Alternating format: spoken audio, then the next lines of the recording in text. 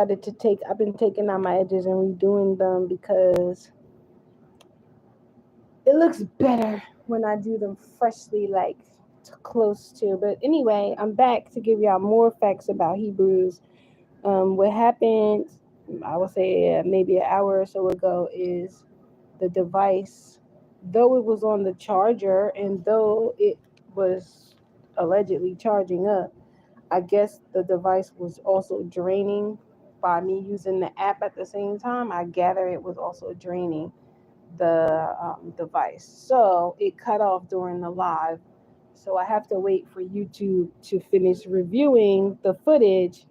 And if they find it suitable, they will make it visible to me again so I can publish it for others to see and hear. So if you missed the first facts about Hebrews that I was sharing about Hebrew Israelites, sorry that you might have missed it, but this is some more facts that I just wanted to talk about. What I was talking about on there was the Ten Commandments, how if you love God, if you love Christ, if you love the Messiah, you keep the Lord's commandments.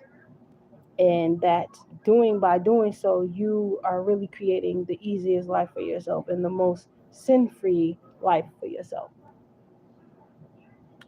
But what I intend to talk about right now, as I finish retouching my hair, is going to talk about cleanliness is next to godliness.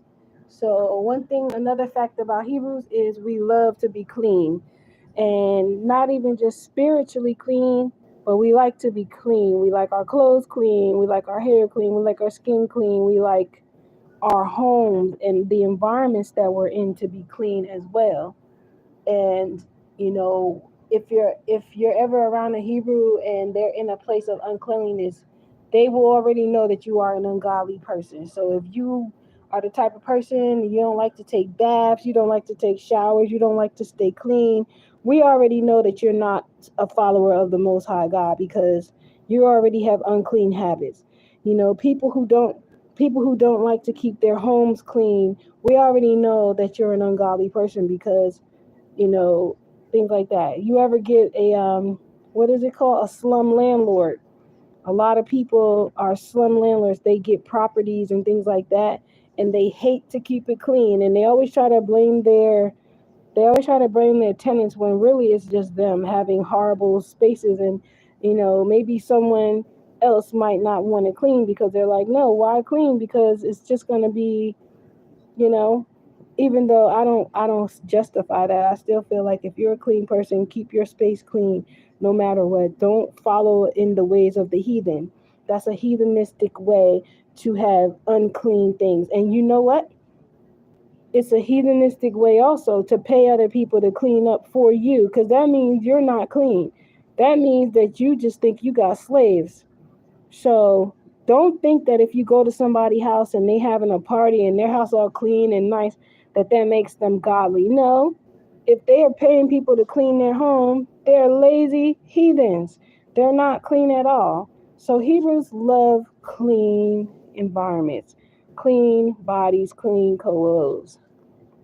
They do not like to be dirty, and they do not like to be sitting on things or being around things that are dirty, things that are dusty. That's dirt. Dust is nothing more than the cinder from our skins and the ashes of dead people blown around. That's what dust is, which is why if you go into a dusty place, you're bound to get sick so easily, because dust and dander is nothing more than the remnants of people's skin, and the death of people's skin being blown around. Yeah, ashes of people's skin and stuff like that. Yeah, it's very gross. Um, if you go into places and the rugs stink, you go into places and the curtains stink, you go into places and the room stink, those are all signs of uncleanliness. You know what I'm saying? And you go somewhere and you sit down at a table and you're trying to eat your meal, and you see stuff residue from past people sitting there. Those are unclean people and unclean places. You shouldn't make that a habit to be in those places. And if you do have to be in that place for any reason as a Hebrew Israelite, Make it your business to get something to clean it. Don't eat over top of the uncleanliness because you are a child of the Most High God. Purity is cleanliness. And, unfortunately, we do live amongst heathens. We do live amongst unclean people, and they do have no problem keeping things unclean and unsanitary. So you got to remember that. It's an unclean behavior. It's unwelcome by the Most High God. Some other facts about Hebrews. I was talking about, us keeping the high holy days. I tell people all the time, whenever you see a full moon, that is a Sabbath unto the Lord. Hebrew Israelites, we keep our holy Sabbath, which includes full moons and all of God's holy convocations, and every week a holy Sabbath. And then during our holy Sabbath, that is our time to pray to the Most High God. It is our time to forgive evildoers. It is our time to rebuild our strength with the Most High God and make sure that we are fully following the law, statutes, and commandments that were set here for the children of Israel. And I tell people all the time, a lot of people keep trying to only focus on the skin color, but I'm going to tell you historically, everyone has the seed of Abraham, Isaac, and Jacob in them ever since the days of Noah, ever since the days that they were saved from the floods. Everyone has the seed of Abraham, Isaac, and Jacob in them because of that alone. Everyone who's on this earth right now. So that means that's the reason why God said, I will not do unto y'all the same way I did the flood ever again. And we all know that that flood came because homosexuality was extremely prominent, and it was the dominating force going on earth, where men, women, and children were being forced into homosexuality, but primarily the men were not demanding the women anymore, but the men and the male children. They didn't care to have a woman anymore. They only wanted the men and the male children. And proof of that is in Sodom and Gomorrah. If you've listened to the story of Sodom and Gomorrah, where they were like, we don't want his daughters. They didn't want Lot's daughters. They wanted the men. They were like, we wanted the men. And he was like, no, take my daughters. And they were like, no, we don't want them. You know what I'm saying? So a lot of people don't understand those factors as well. Um, but again, cleanliness is next to godliness. So if you're ever somewhere and it's unclean and it's unkept, or you're around people who don't keep their hygiene up on purpose, now, like I said, you got to understand we living in the times of evil, and some people are forced into uncleanliness. Some people are forced into uncleanly places. You can't judge them off of being forced, but you can judge people who have access to those things and they deliberately say, I'm not going to cater to my personal hygiene. People who do that on purpose, their personal hygiene or their environmental hygiene around them, those are people who are just heathenistic. They have the behaviors of a heathen. They don't care about being godly at any velocity. And that is dangerous. Don't have those kinds of people around you, because they will try to spew their unclean behavior onto you. And they will hate you for wanting to be clean. They will do whatever they can to make a place clean. That includes not washing their hands. That's unclean. Not cleaning up behind themselves after they eat or after they make any kind of a minor or major mess. All of that is uncleanliness in the eyes of the Most High God. All of it. You know what I'm saying? Or leaving things to sit and allowing bugs and stuff to gather. All of that stuff is unclean behavior in the eyes of the Most High God. All of that. Yeah. So Hebrews are extremely clean people. And if you ever get around the Hebrews and they seem to be unclean, the first thing you got to wonder is, are they being targeted by evildoers? Because it is, I know, right? They're right here. I know, but that's one of the first things that you have to wonder is, are they being targeted by evildoers? Because that's not the way of Hebrew Israelites.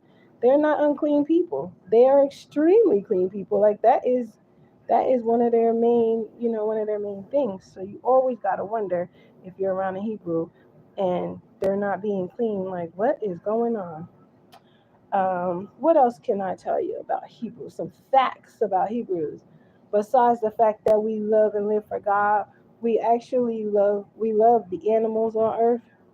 We love for the earth to be taken care of as much as possible, but we're not trying to save the earth because we already know that it's doomed.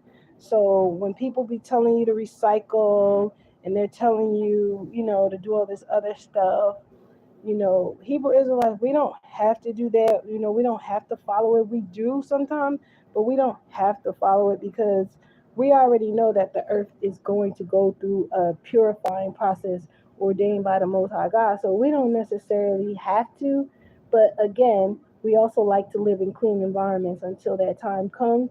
So you may see Hebrew Israelites contributing to helping keeping things clean and neat and orderly in the communities that they live in or in their homes and stuff like that.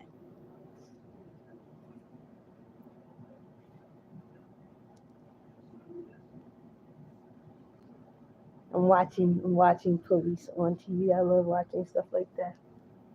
They getting him. Those are sheriff's officers. Whoever that is, he is misbehaving. They have to be a little rough with him because he is acting like a zombie troll. He does not want to listen. He's trying to fight them. He out of control. They had to be a little rough. They had to manhandle that guy because he just don't listen. He hard headed. And yes, let me tell y'all, there are a lot of Hebrew Israelites that are police officers or that work as EMTs or that works as firefighters, that works in medical field. You might think that Hebrew Israelites are just like, like the Amish. We have our own country to live in and we're just off the grid. No, we are amongst people in society. You'll see us around. We're here. We're there if we have to be, you know. We're not hidden off the planet. We are existing in thriving and even unthriving communities. We're all around. We're scattered. God scattered us for a reason, for our protection. Actually, people think it was to punish us, but we're scattered for our protection.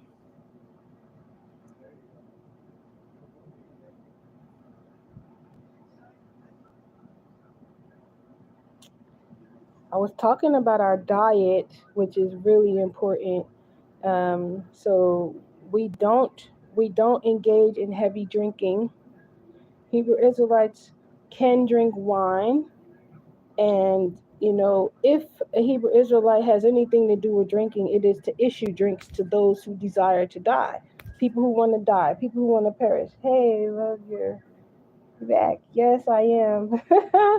I'm back. I had to charge up my device because it went off, and I couldn't believe it. But my phone was on the charger, but for whatever reason, it just shut down. And then I looked and it said it only had 1%. And I'm just like, that's really strange and ironic. But hey, it happens.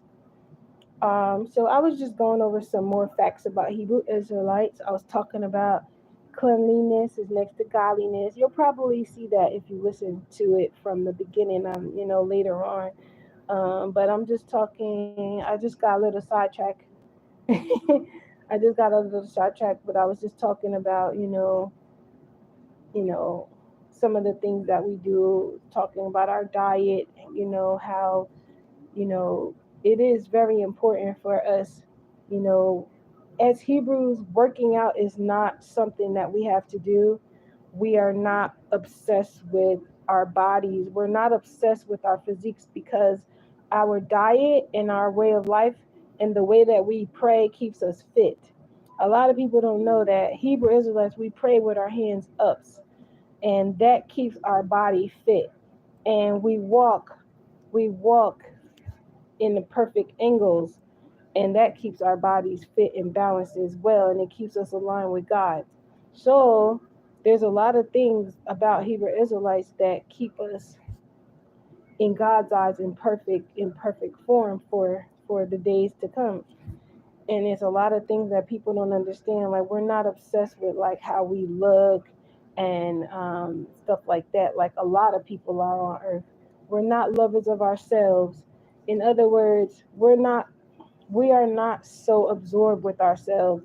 Like, a lot of people try to project that Hebrews think they're better than everyone else, and stuff like that. And that's really not how we are. We are so not like that. But people try to make it seem like, oh, Hebrews think they're better than everybody else. They think this and think that, and it's blasphemy.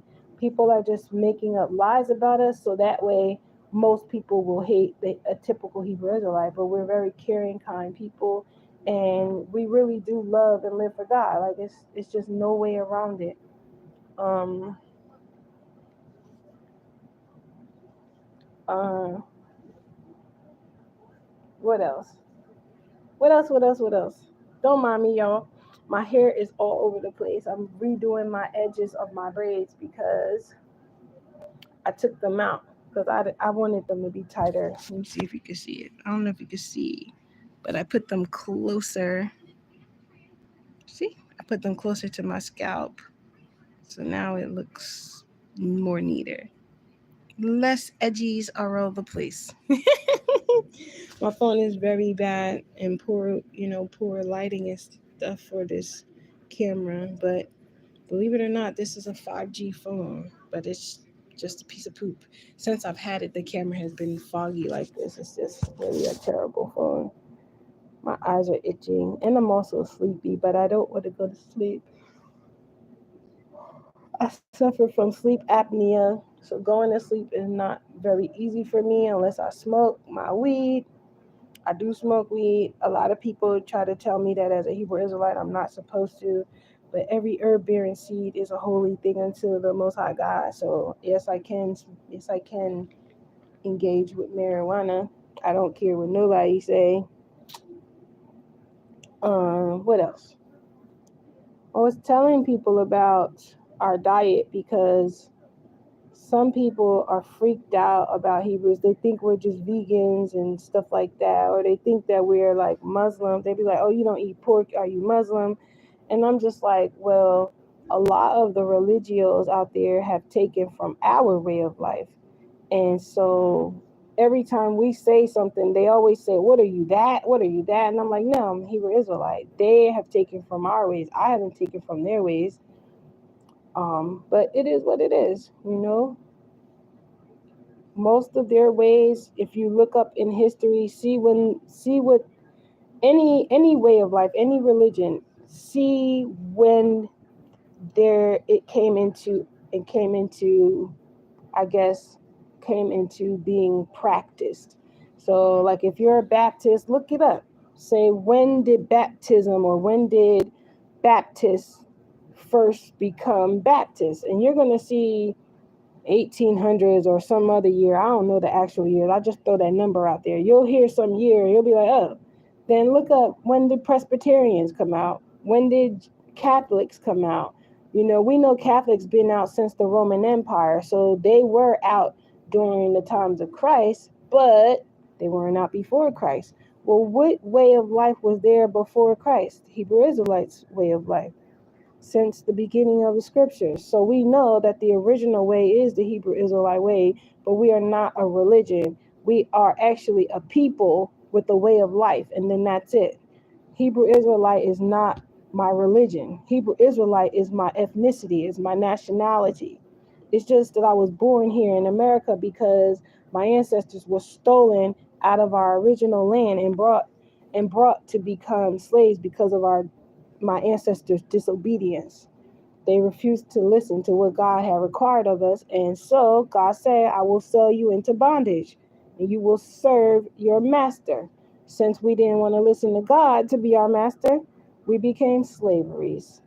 And that is the truth behind slavery, which I will talk to y'all about that in the days to come, especially since Black History Month coming up. It's my favorite time to talk about it because only thing they want to talk about is Dr. Martin Luther King, Malcolm X, Rosa Parks.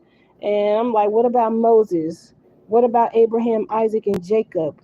I'm like, what about King David, King David, the author of Psalms? Psalms is a Hebrew word that means song. He was the one king who could sing his behind off. Why don't we talk about that during Black History Month? And why do people tell the lie that the Bible isn't spoken about in school? The Bible is totally talked about in school. You ever heard of Pangea, when the earth was divided? That is in the Bible. That is in the Bible, when God separated all mankind because they were conspiring to build stairs up into heaven because they wanted to attack God. They wanted to reach God to kill God because they were mad. They were like gods and they wanted to be the rulers of the earth, which is why they ended up having pharaohs and kings and things of that nature, because everybody wants to rule the earth, which is why everybody wants to have their way of life be the correct way of life.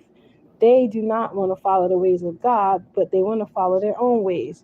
And so some of them created gods, idols to worship, and some of them just think that they're gods. Some people actually think they're God. They be telling people, I'm God body or I'm a God.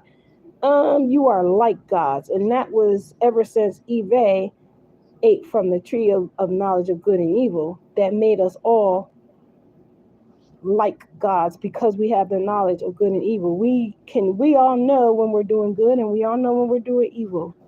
Correct? Correct. We all know that. So because of that, you got people who want their way to be the correct way. They don't want to follow God's way. They want their own way. And they get mad at you if you tell them that's not God's way, because they don't want you to worship God. They want you to worship them. And that's a real reason why lots of women are scared to get married, because men, they commit to try to make people believe, like, like I was saying earlier, lots of men, they appoint themselves king. They have never been visited by the Most High God. They were never told in the flesh that they are a king, but yet they call themselves kings. And it's like, how do you call yourself a king if God didn't appoint you a king? What land are you ruling over? What people are you ruling over? Did you create your own crew of people that you rule over? And they really go around saying, I'm a king or I'm a queen. And it's like, nah, God has to appoint you that. You can't just walk around saying that. A woman can't be a queen without a king, and a man can't be a king without having been appointed by the Most High God. If a person calls himself a king and they haven't been appointed by the Most High God to be a king, it's because they are self-made. Like, they made themselves that. They called themselves that. And that right there is a little creepy, because that means that this person is walking around with their own perception of how life goes, and that they're projecting it on other people who are unknowing, that don't understand that no, the only people who can call themselves an actual king is someone appointed by the Most High God. King David wasn't a king on his own. He didn't walk around saying, I'm a king, I'm a king. God appointed him a king. King Solomon as well. All of the kings that are mentioned in the Bible that were of God were appointed king because God appointed them king. Everyone else, they just called themselves king because they were creating their own rules of the world and they wanted everyone to follow them. So now we got to be careful. Women have to be careful when they meet a man who calls himself a king, because you got to wonder, are they more of a pharaohic king who has self-appointed himself a king, or are they a king because God appointed them a king and put them in this land to rule and to be great in the land that they're in? And so we have to be careful. And unfortunately, there's too many people who think that they're kings, and that it's not to say that they're not able to rule the land. It's just that, did God really appoint you a king, or did you just say that on your own? And a lot of people just say it on their own. And that's scary. And I'm be honest with you, I've met a lot of guys who call themselves kings, and they are womanizers.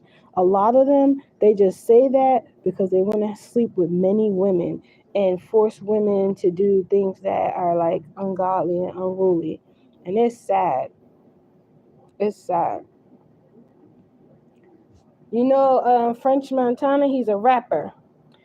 He was just appointed the Prince of Dubai by a bunch of people in Dubai. I'm like, Dubai is a new land that was created out of nowhere. I don't even know how that came to be, but Dubai is just this made up land out of nowhere. And now this is a rapper born in, I guess he was born and raised in America, because that's where I know him from. I don't know him from nowhere else. And he is now labeled like the Prince of Dubai. And I'm just like, how in the world they just label? I'm like, what God came down and gave him the title? But that's what they did. And I'm just like, you know what? I'm going to leave that alone, because I ain't in Dubai. That ain't none of my business. That's why I'm not. That's neither here nor there, right? But I just wanted to highlight that because that's like a perfect example of people just doing whatever they want in this world. And guess what? For as long as somebody says it's valid, people just be like, yeah, it's valid. So now he gets to be called the Prince of Dubai. And I'm just like, okay, I don't even think he was born in Dubai. So how is that so? I'm going to leave it alone, though. I'm going to leave it alone. Hold up 1 second.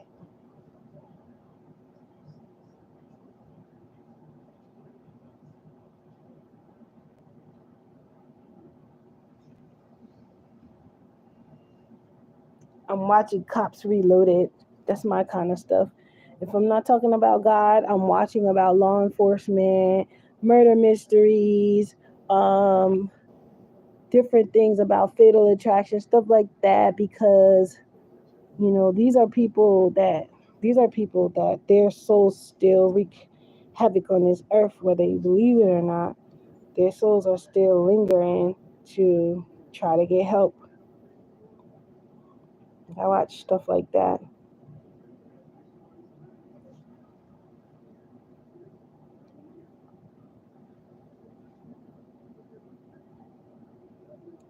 Another thing about Hebrew Israelites is I want to talk about something that happened to me once. I know, I don't know, I'm just sharing just randomness, but I want to share something that happened to me once. I was coming from work, and a lot of Hebrew Israelites from the camps, they stand outside in different cities and different areas on the corners to gather and help teach the word about the Most High.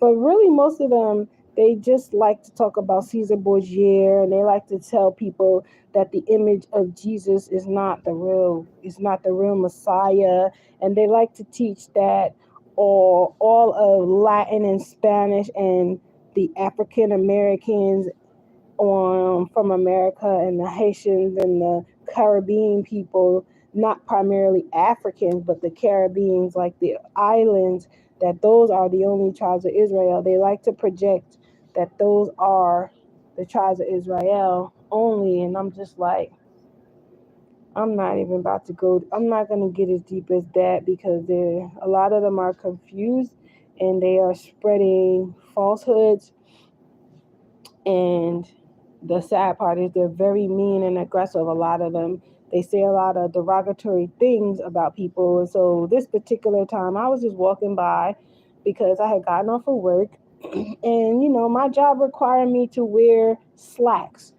And of course, back in the day, our Hebrew women, they didn't wear pants. We wore dresses, and we dressed as women were supposed to, but we also had solid lives where the husband would go out and earn the living, and the woman would be able to stay home to tend to the children and the maidens and things of that nature. Those days are far gone from us. Again, another reason the Messiah came down, because the Messiah was saw from heaven that these things would be forced on us. So anyway, I'm walking past, and one of the guys, he was from, like, I don't know, he might have been Puerto Rican, and he was light skinned. He wasn't black, but he was light skinned, and he was like probably Puerto Rican or something like that.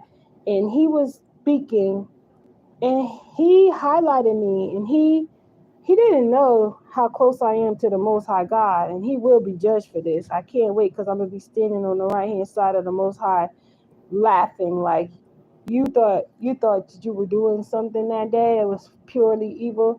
He spoke wickedness about me. He spoke blasphemy about me, and he was on the microphone.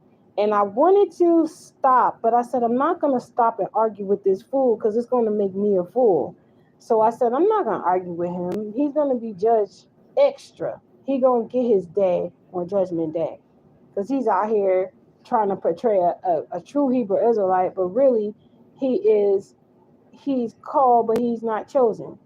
He come into the knowledge of who he is, but he's not chosen. He's not going to make it into the kingdom of heaven with that behavior. And what he did was, As I walked past, minding my business, he pointed out to the brethren on the microphone and to anyone who might have even been listening. He said, "Look at that harlot." He referred to me as a harlot, which is a hoe, a prostitute. He said, "Look at that harlot, dressed like a man. She probably likes women." Yeah, I was listening and I was like, he got a lot of nerve.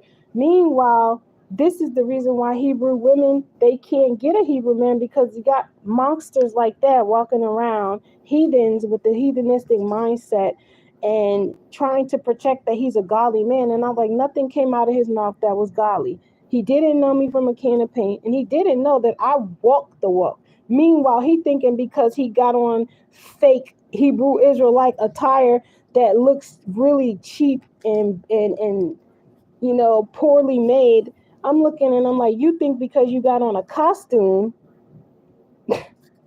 clown, you think because you got on a costume that you are making people believe that you are the righteousness of the Most High God, when really he was just speaking blasphemy against me, breaking the 10 Commandments, saying that I was, number one, a harlot, saying that I'm worshiping other gods, because I didn't stop and listen to them, because I had to get home. It was late. I was working a late job and it was past 11 o'clock at night. I'm headache. It's getting late.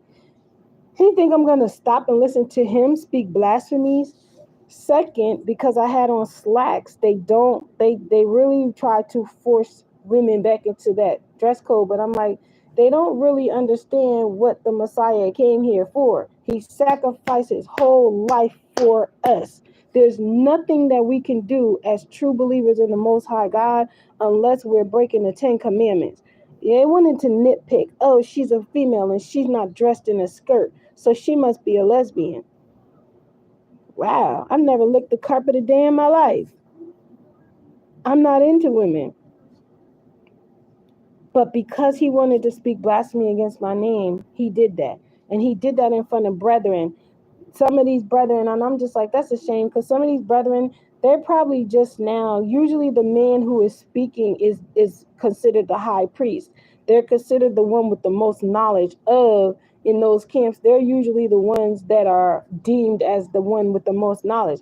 He had the most knowledge, sounding like a whole heathen. I was like, I feel bad for these other ones under him learning the truth, because unless they truly pray to God to bring them the full truth, I'm like, they're going to go around with that same heathenistic behavior. And every time they see a Hebrew Israelite sister who is bound by the ways of the world, I was bound by the ways of the world. Yeah, I could have went to work in a skirt, but I gotta pick up boxes and I gotta run back and forth. I'm not running around in no skirt. I got on steel-toe boot. I'm not running around in no dress because you want me to serve God by wearing a dress. Me wearing a dress doesn't make me any closer to God. It's what I do inside my spirit that makes me closer to God. It's keeping the holy commandments and being good and kind to my neighbor. So he wasn't being good and kind. He didn't know me from a can of paint. And the reason I tell y'all this is because I advocate highly for people to be mindful when you're watching these videos online of the brethren and the sister, and especially the brethren, when they're in the camps and they're being irate and they are just yelling at people and they're just calling people all kinds of derogatory names, and they're just being out of pocket. I'm like, a lot of them are just spewing hate because in their minds they thinking that that's godly behavior. And I'm just like, God hates wickedness. And I'm like, by them spewing that out is wickedness. Speaking blasphemies against me because she's wearing pants, that means she's a lesbian. No, that doesn't mean a woman wearing pants doesn't mean she's a lesbian. A woman wearing pants is a woman wearing pants. But a man wearing a dress and a skirt is definitely you definitely don't got no point wearing no girl clothes. If I gotta wear pants because of my work, that's different. But what is your reason for you putting on a dress or a skirt or anything that looks like a dress, even if it's not cinched at the waist? That's girl clothes. I see more males dressing like women and trying to hide behind that than anything else. Anyway, I wanted to share that because a lot of the times the brethren at the camps, they really try to make people believe that if a female isn't dressed in, if she doesn't have her head covered, and that if she isn't wearing a dress in today's society, that she's not serving the Most High God. But that's not true. Yes, the the more that you do it, it's better for you. It's more protection for you from evildoers. But if you're not in a position to do it, and you are bound by the ways of this world, God already sent his only begotten son. Yeah, that's what that's all about. A lot of people have a misunderstanding of what Christ went through and for what reason.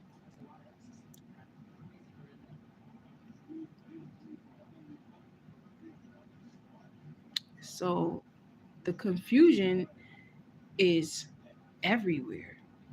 And that's the reason why the scriptures say, study to show thyself approved. You can't listen to me. You can't listen to a random person on the corner. You can't listen to a pastor, a reverend, a deacon, a priest, or whatever title a person wants. They call themselves a messenger, an evangelist, or whatever title people. You can't listen to what anyone on earth says and take it 100%. You have to, if they're saying something, you got to go behind what they say and check for yourself. You have to do research for yourself. You have to find out for yourself, is this person just telling me random stuff, or are they speaking facts? And in order for you to find that, you can't just look at one scripture. You have to pray to God first for the understanding, and then you got to go looking through the scriptures and using some of the other resources out there, such as history books, because the things that have been depicted in history also speak about the times of the Most High God. It's just that they alleviate talking about God specifically. All the wars in the land, the wars and pestilence was talked about in the Bible. But if you read the Bible, you'll hear about the same wars that reach the lands that we live in, the stuff that we see even today. They talk about Palestine. Palestine is in the Bible. They talk about Syria, which is Syria, Syria. These places are in the Bible. They talk about Israel. All of these places, even to this day, Iran, Iraq, these places are in the Bible. They're talked about. And even to this day, the war continues. Those stories are not lies. So we have to use discretion. We have to use the wisdom and discernment that God has given us. And we can't be fools to just listen to what one person says or other people and just be like, yeah, whatever they say, it sounds good, I'm gonna believe that. We have to actually do the work too. I don't sit around just talking from the fun of it. I read and I study and I look things up and I say it has to make 100% sense before I go speaking on it.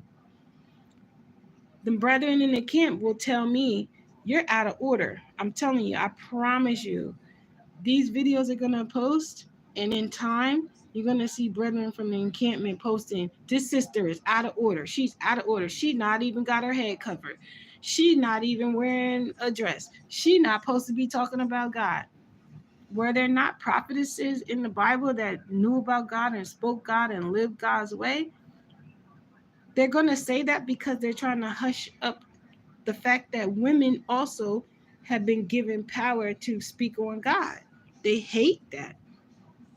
That's why you have femicide in the world right now. That's why you have people, you got medical doctors, trying to keep women from having children, putting birth controls in their bodies and putting what is that T thing, birth control thing, sticking it on them without them knowing.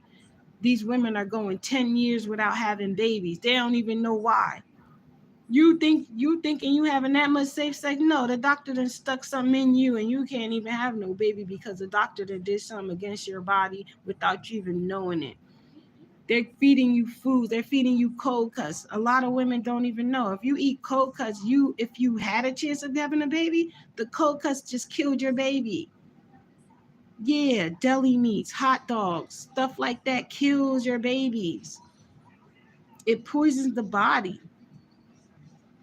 It's so much stuff. They finally just the FDA just finally banned red color food coloring, red number 3. That stuff causes people to literally go crazy. It's in candy, it's in juice, it's in foods, it's in liquors. That stuff literally causes people to go crazy, causes mental illnesses in people, causes erraticism in people. They just finally banned it. It's so much stuff. Orange soda. People not even supposed to be drinking orange soda. There's chemicals in orange soda that causes problems, causes cancers and things like that. There's so many things out there that is hurting humankind.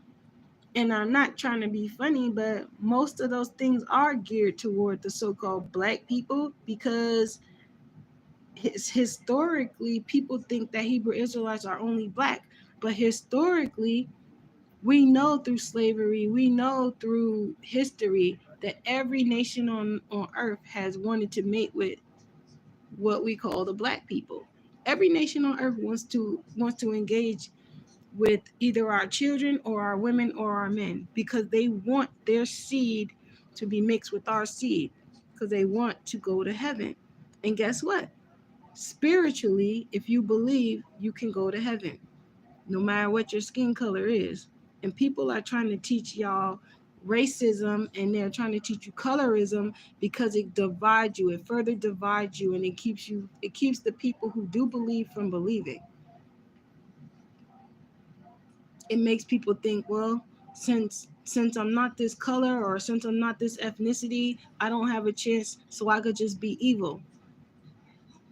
But that's not really what you're supposed to do. You're supposed to love God. If you love God in truth and deed, you will live by God's commandments and you will be loving, showing loving kindness to your neighbors. And that doesn't mean sex. So people think, oh, I want to have sex with my neighbor. The Bible said, show love and kindness. I'm going to kindly knock on my neighbor's door and hand me some sex. No, that's not what God means. That's not the kind of love and kindness God is talking about. Jeepers creepers. But there's so many different things that a lot of people, they're confused. They're terribly confused, and they're teaching each other evilness and wickedness because the people who really do not have a destiny to go to heaven, they don't want to be the only ones burning in hell, in eternal fire, in brimstone. Fire and brimstone. They don't want to be the only ones. So they're trying to bring as many people down as they can. So they teach people colorism and they teach people racism and they teach people ignorance and arrogance because they want people to have the same end that they have. They don't want them to know that you actually have a chance to get into heaven, right? You do. Everyone has a chance to get into heaven if they believe in the Most High God and they choose God. And that's just the truth. If that were the case, if it were the case that we couldn't get into heaven just over your skin color, God would have just got rid of everyone who had a certain skin color. Like, this is God we're talking about. We're not talking about a political figure or some genocidal what was his name from what was his name? The one who killed off all the Jews. What was his name? I can't remember his name. What was his name? It got to come back to me. The guy who everyone talks about, he did the Holocaust or whatever. It's not one of the, God is not that type of person. God is actually a God that really has lots of love for people, you know? So human beings have to remember that they have the seed of Abraham, Isaac, and Jacob in them, which is why God has chosen not to get rid of us all at once, because God could do it. But Jesus saw that there were people on earth and asked, like, would you spare one person? Would you spare this many people? Would you spare that many people? If you read the scriptures, you'll see exactly what was said. Because I'm not quoting the Bible. I'm just letting you know in general, and if you read it, you'll see. And then eventually God allowed his only begotten son to come in the flesh. And while in the flesh, He healed people. He spread the word, and he made fellowship with people. And some of those people were of homosexual nature, and they followed him around because they wanted him in a homosexual way. And when they realized that he wouldn't give in to those ways, they hated him and they wanted him gone. And then they disrespected him. They spat on him and they beat him and they raped him and they hung him in front of everyone to embarrass and humiliate him. And they said, if you're the son of God, tell your God to save you now. And you know what God did? God turned the whole sky black and they trembled for their life. And guess what? In Armageddon, God's going to turn the whole sky black again. And this time, there will be no second rising. So all of the things that people are trying to do to the Hebrew Israelites to end, and I say Hebrew Israelites because the Hebrew Israelites are all of the souls that are still on earth who truly believe in God and are going to be redeemed of this wickedness. Those are the true Hebrew Israelites. It is a spiritual warfare now. It is no longer about your skin or your hair texture that everyone's trying to make you think on. It's about your spirit. Because the flesh profited nothing. It's not about the flesh anymore that people are trying to make you think, oh, it's about you got to have this color hair. I'm like, no. Why do you think everyone's trying to be like a Hebrew? They want to dance like us. They want to dress like us. They want to look like us. They want butts like us. They want boobs like us.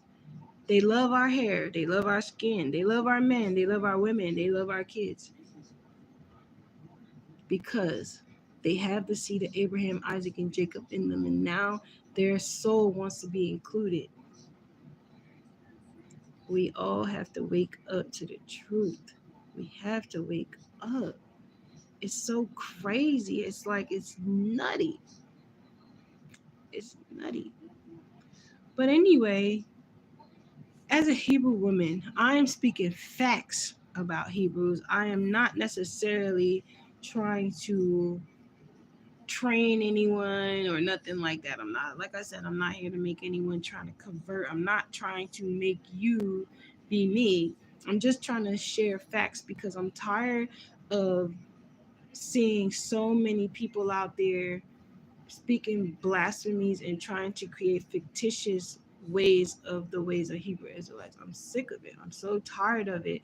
And it bothers me so much that I'm just like, you know what, as a true Hebrew Israelite woman, I refuse to allow this to continue. I refuse to allow it anymore. I'm not I'm not here to allow it anymore. Um, Husbands are to teach their wives. And when I say husbands, I'm not talking about a man and many wives. I'm talking about a husband that is a believer of the Most High God. He is supposed to get his knowledge from the Most High God. That means he is supposed to pray to the Most High God. He is supposed to, day in and day out, want God to show him the way, the truth, and the light. So that way he can teach his wife. So that way he can be the head of that household. And then the wife, she is to teach her children, the children that she has with her husband. Now, a husbandman, he can teach brethren. He can teach brethren who do not have a wife. Their brethren, he can teach them, but he can't go out and talk to another woman about God because that is whoremongering. That means in the eyes of the Most High God and in the eyes of the angels of the Lord, that means that he is trying to gain another wife. It's not his job to teach every woman. He can only teach his own wife about God. And he can teach brethren who do not have a wife about God. He is supposed to be training them up so they can go out and train others. But once a man takes on a wife, he can no longer, as a Hebrew Israelite, no longer go out and teach about God to others. It's not his role. Unless God appointing him a king, God doesn't appoint men kings anymore. What king have y'all seen since the Messiah soul was risen? There is no more Hebrew kings. God has done away with that for now because we're on a whole nother path.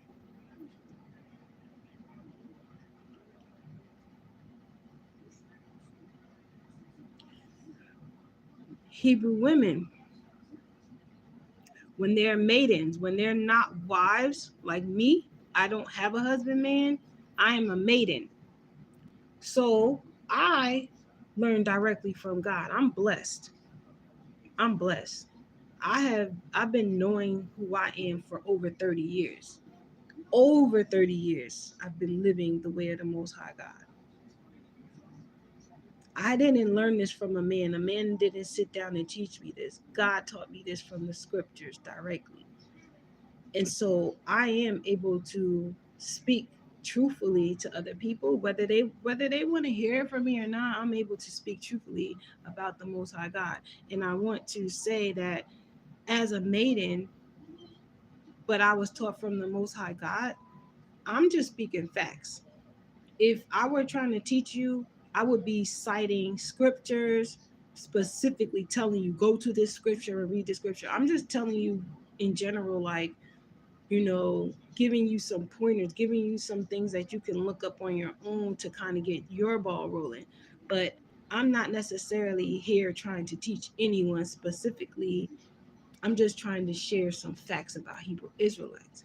And it might sound like, wait, what are you saying? And I'm like, if once you become someone who truly follows the Most High God, you'll understand. I see what she's saying. But a wife, once she is married, she can't take teachings from another man, because then that makes her a harlot.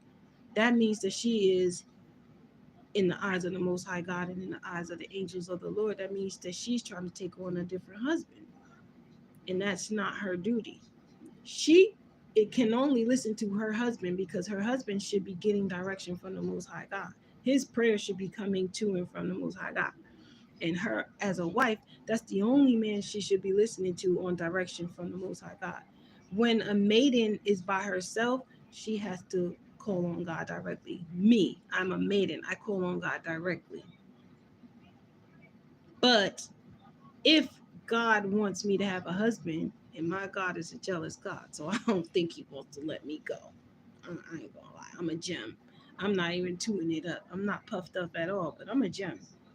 So God ain't trying to put me in the hands of any kind of man. God is like, nah, you. They try, but God won't let them keep me. God refuses to allow me to be stuck in the wrong hands. And so thankfully, I call on the Most High God, and God keeps directing me and keeping me away from the foolishness and the wickedness. And even though I get attacked constantly by evildoers. I'm always going through something. But God still keeps me pure, and God still keeps me safe. God still keeps me focused on God. God won't allow me to stray. And I'm grateful of that. And I want to say this because a woman who has children, a wife who has children, her job, if she has a husband, is to listen to her husband. He should be getting direction from the Most High God. The wife can teach other maidens who are not married. She can teach other women, if they, you know what I'm saying, because a maiden, she might not have a husband, so she can't just walk around listening to any man, because any man will teach her anything, and then she will become just lost. She'll be taken away from God's way and just be living off a man's way. See, you have sons of God and you have sons of man. And if you look it up, you'll see that sons of gods are the men who live according to God's way, and sons of men are men who live according to their own way. And then they tell people that they're gods and that they're kings, and they have no real God that appointed them there except their own selves. That's creepy. Those are the weirdos. Um, so sometimes you see brethren in the encampments, and those high priests, a lot of them, they, if ask them, challenge them when they're talking, and they pull you over and they're like, brother or sister, I want to tell you about who you are. Do you know your history? Say, yeah, you can tell me a little bit about your history, But let me ask you a question right quick. Are you married? Do you have a wife already? Because if that brethren has a wife, he ain't supposed to be teaching nobody at that point. He shouldn't be having that microphone. He shouldn't be standing there. He should be home with his wife and his family if they have children together. Not standing out there because those other brethren, he should be teaching them. He should be teaching them so they could be able to do that. Not being the one out there. He should be making sure that they know so they could do that.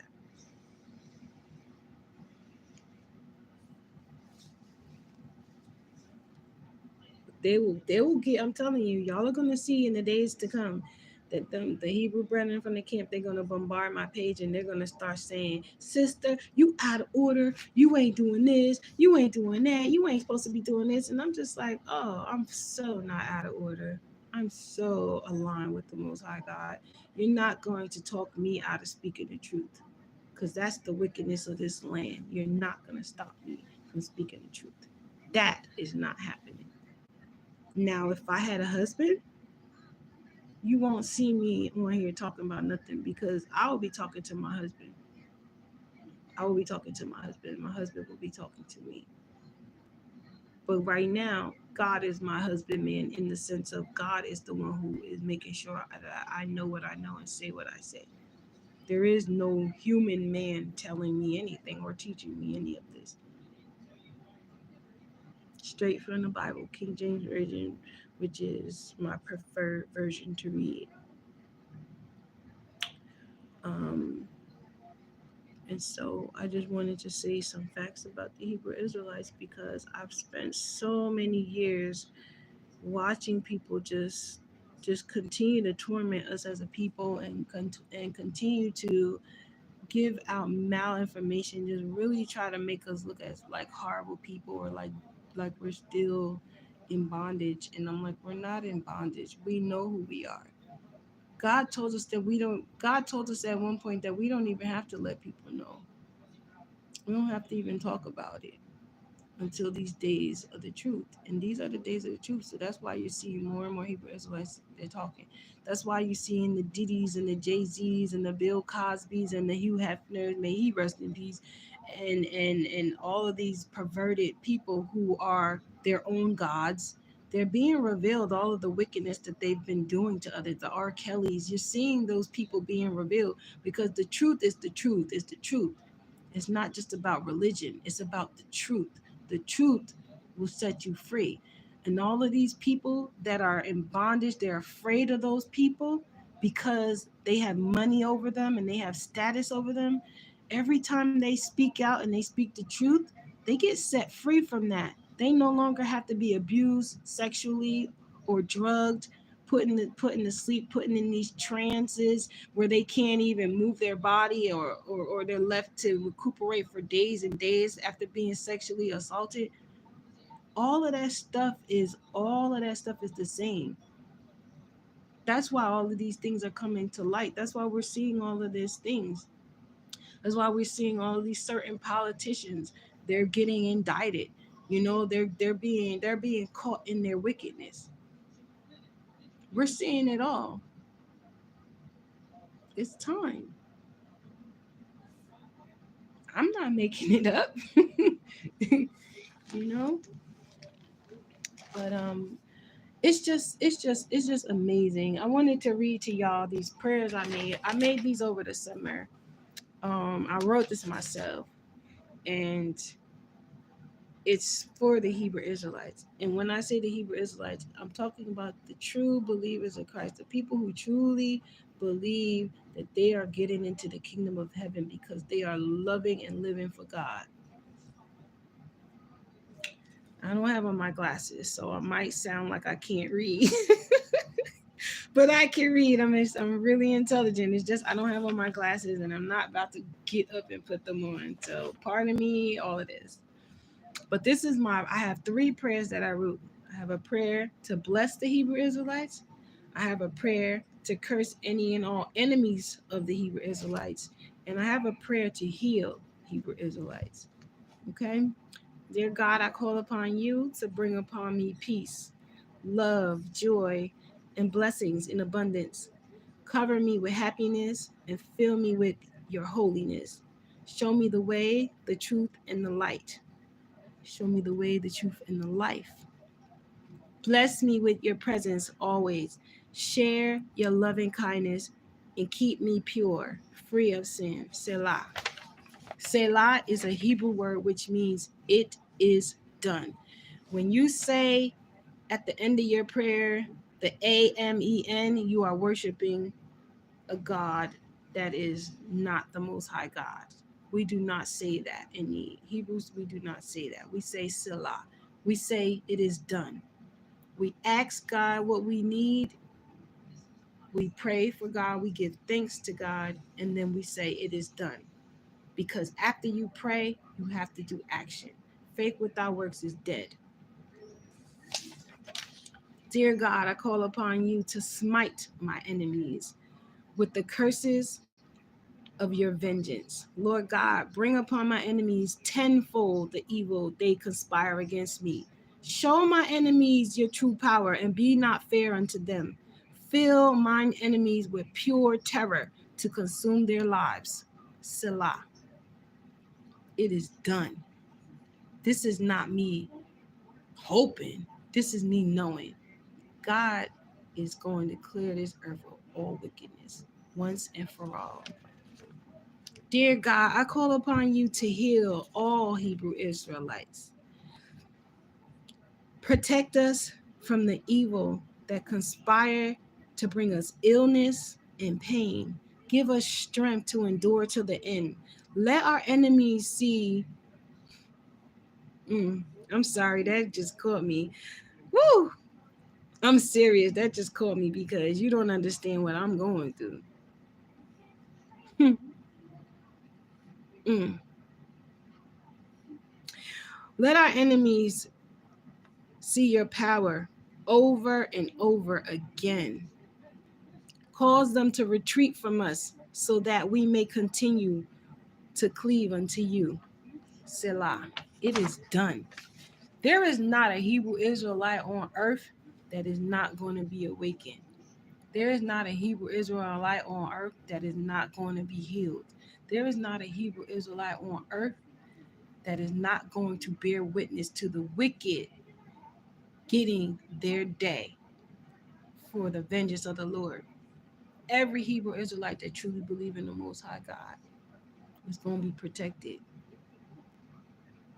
I pray this over and over. These are my own prayers because the things that people do to me, they need to be penalized for it. I haven't done anything to them. They hate me because I love God, the Most High God at that. They hate me because I don't love them more than I love God.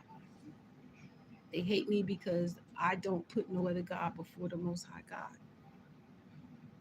And they're willing to show me any way that they can. So I'm willing to show them any way that I can. If I got to get on their social mediums, if I got to talk to people in person, whatever it takes, for as long as it resonates. I love God. God comes first in my life. You could be mad all you want to because it's not going to stop me. You could do whatever. You could do whatever you want to. But if you're not a true lover of the Most High God, what I'm saying is going to hurt. It's going to crawl up you and make you mad. But I don't care. I'm not folding for human beings and I'm not folding for wicked people. My love for God is real. It always has been real. God is real. And God is the God of Israel. Esau and Jacob were twins. Esau can't be the devil because Esau and Jacob were twins. That would make Jacob God and Esau Satan. Jacob couldn't be God because Jacob fought with God, an angel of the Lord, which is the reason Jacob was renamed Israel and became the father of the children of Israel, of the seed of Abraham, Isaac, and Jacob.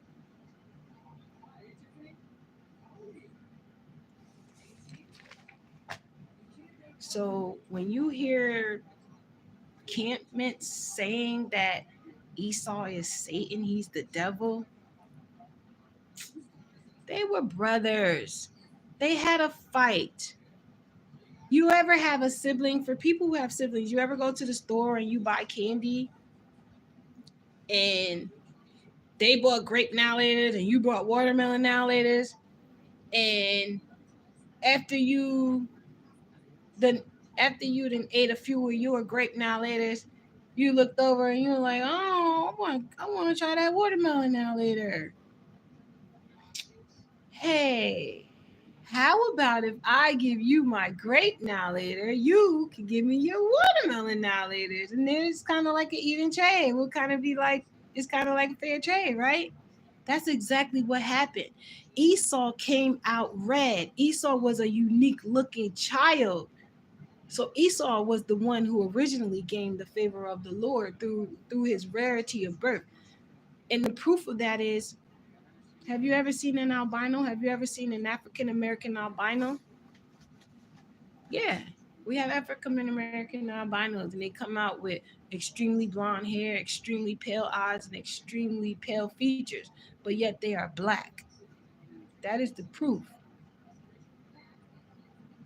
A black person, so to say, really Hebrew Israelites, our hair can make any texture on earth. All we need is heat.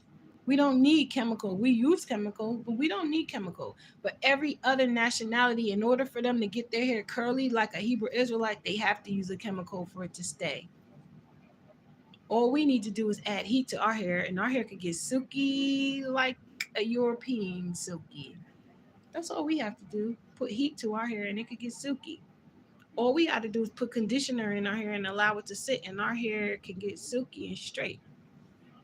But in order for any other person who has what is considered European hair, they have to do many chemical processes in order for it to maintain any type of a curl or any type of body. That is proof that the original Hebrew Israelites look more like this. And that is why a lot of people get mad, but it's not racism, and it's not colorism. It's just facts of the truth of Hebrew Israelites. And yeah, we are the originators of all mankind. All mankind came from a person that looked more like me. And it's not for not being said for someone to hate. It's being said for people to accept the fact that if you have dark hair and dark eyes or freckles, you already have strains of Hebrew Israelite in you, because your ancestors somewhere along the line were so mindlessly attracted to our people that they had to engage with us, whether it was rape or whether it was willingly. They had to engage with us. And then some of us, because they were rebellious and they didn't want to follow God's law, they were also attracted to those who came from Esau. Because Esau, though, was forced into the mountains after killing his brother. Remember? He killed his brother. He killed his twin brother because he gave away his birthright. It's kind of like the now later thing I was saying. He gave away his birthright. And when he realized, I gave away my birthright, he became angry.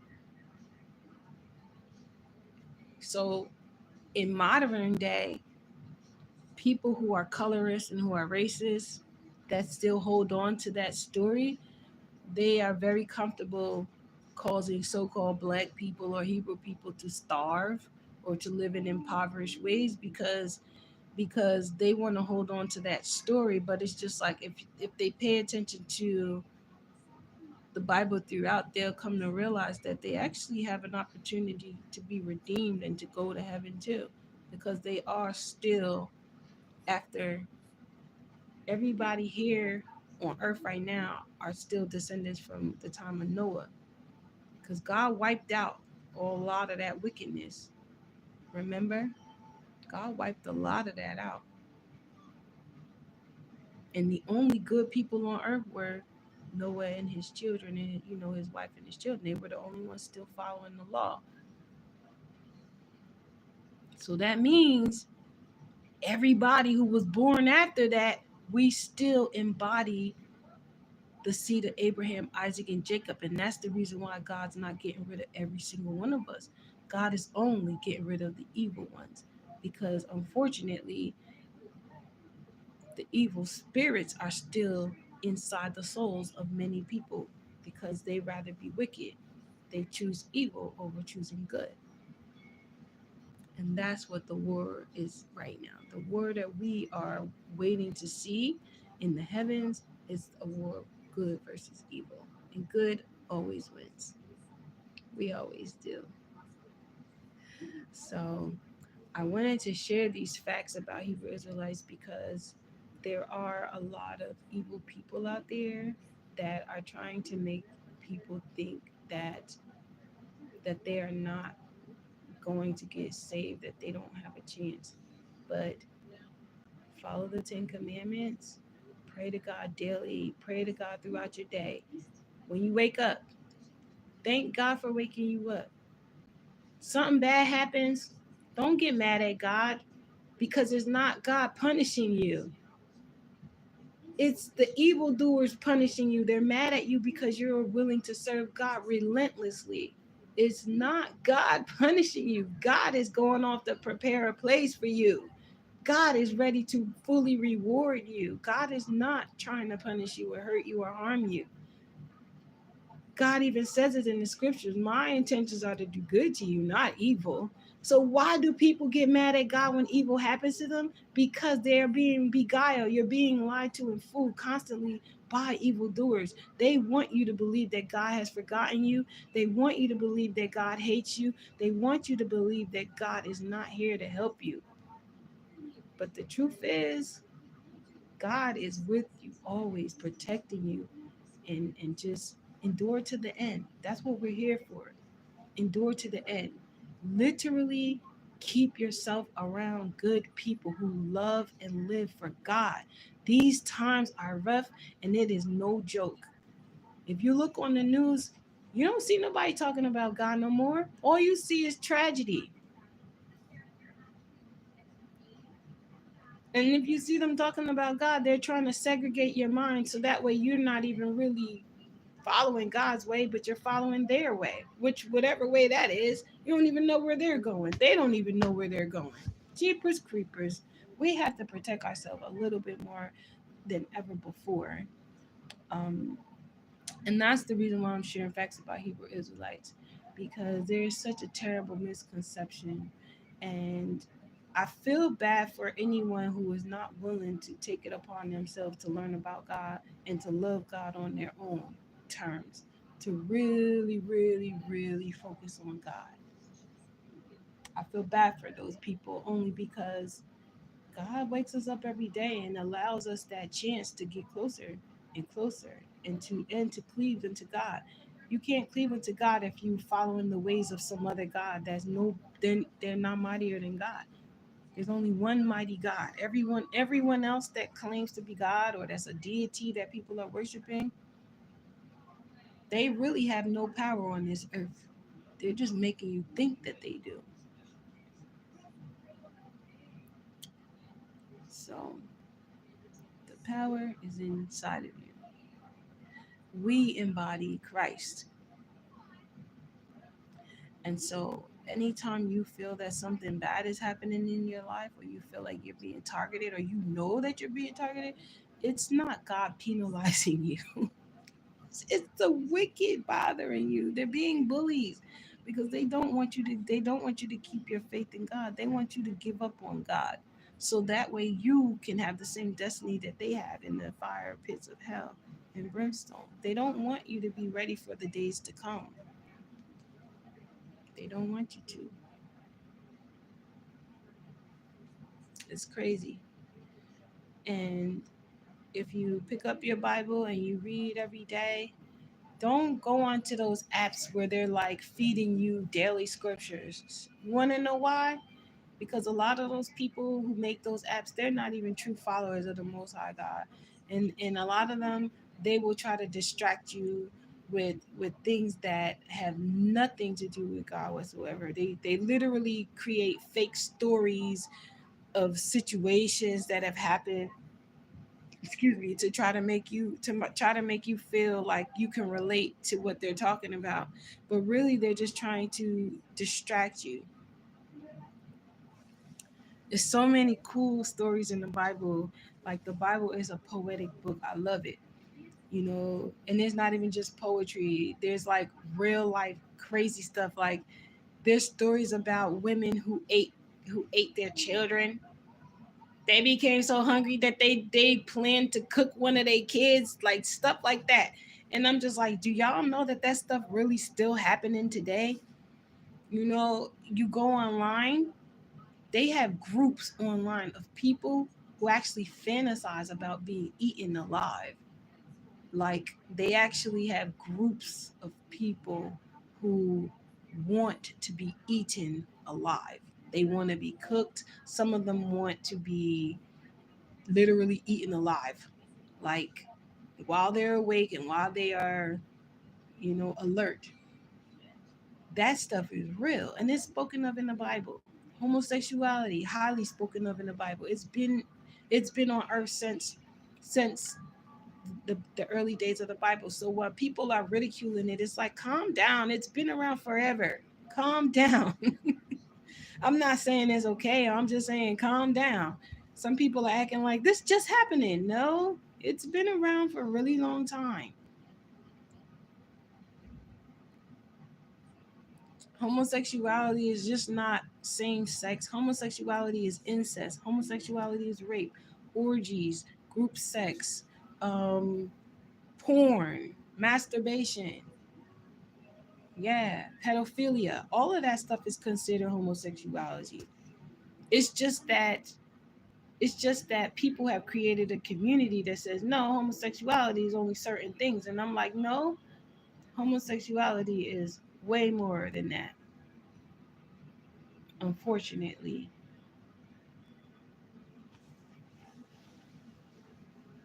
because if you read the stories of the Bible, you'll come to see that they weren't just after men. It wasn't just men after men and women after women. They were after children. They were after, yeah, bestiality. That's homosexuality. People having sex with animals. There are lots of people who have sex with animals. They have pornos online of people having sex with animals, and that all is all part of homosexuality. They just don't want you to call it that because all people who have homosexual relations don't engage in all of those practices, but they all fall under the same umbrella. Unfortunately, in slavery, the word motherfucker, pardon my language, that comes from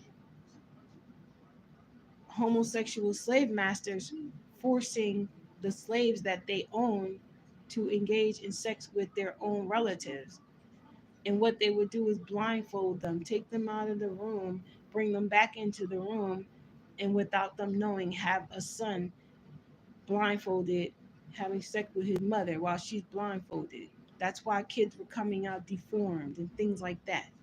Or they'd have siblings. They do the same thing with siblings, or they do the same things with aunts to nephews or nieces to uncles. They didn't care what the variety was in slavery.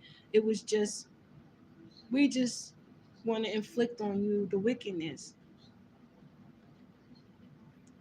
And that's why a lot of people try to talk about colorism and racism, but God had appointed that time for all of the disobedience that some of the Hebrew Israelites in the past time, they chose not to listen to God's way. And they chose not to listen to God's way, and then they were forced into bondage, which is slavery. And history repeats itself. And guess what? Do we not see slaves all around the world? We do. So why is it that people are just trying to say it's just the black people in America? Because our seed was spread all throughout the world. And that's even spoken of in the Bible. Our seed, the Hebrew Israelite seed, was spread all throughout the world. So that means that all throughout the world, people are becoming slaves. They might have to say that Abraham, Isaac, and Jacob in them, that they were tortured that way. So it's a lot of stuff. It's a lot of stuff. But like I said, please study to show thyself approved. Don't listen to me and just be like, oh, she knows what she's talking about. If you know it as a fact, then you know it as a fact. But go ahead yourself and look up the information and study the information and confirm it. And you might start to notice that this stuff starts getting removed off the internet because some people don't want the truth to come out. But God already said there will be no second rising. What happened in the past, where the wicked were able to overcome the good on earth, God's not allowing it this time around. This time, the good are going to overcome the wicked once and for all. And then the wicked will be punished in front of the good people. We're going to finally see them get what they deserve. And all of the people that we love that have gone before us, that have served God, everyone that is going before us will be judged. They are going to get judged first. The scriptures say that. I'm not making it up. The scriptures say that they will be judged first. So don't be afraid to die. Don't be afraid to die for the Most High God. I'm not saying go out and put yourself in harm's way, but just know that in this life, if the wicked overcome you, just know that you're going to be redeemed first. And then everyone else will be judged. Everything we do each and every day, we get judged of it. So spend your day praying to God every day, thanking God for everything, even the little things. Woo! I got across that street and that car didn't hit me. I saw that car speeding, and you know what? Thank God it didn't hit me. Thank God. Thank God, thank God I walked into this store and I was able to buy a meal. Yeah. Thank God for everything. Everything. Don't take for granted no thing of life. Thank God. Oh, if you got a pain in your back and it goes away, woo. Let me tell you something. Sometimes I get pains and I pray to God. I'll be like, please, God, please make this pain go away. And I promise you, within moments, it's gone. And I'm really not trying to sound like one of these fake people, one of these infomercials, but I promise you, sometimes I'm going through something really horrible, and I pray to God, and just like that, is gone from me. God is real. God is real, and prayer works. So, um, I just wanted to share some facts about the Most High God. I wanted to share my prayers.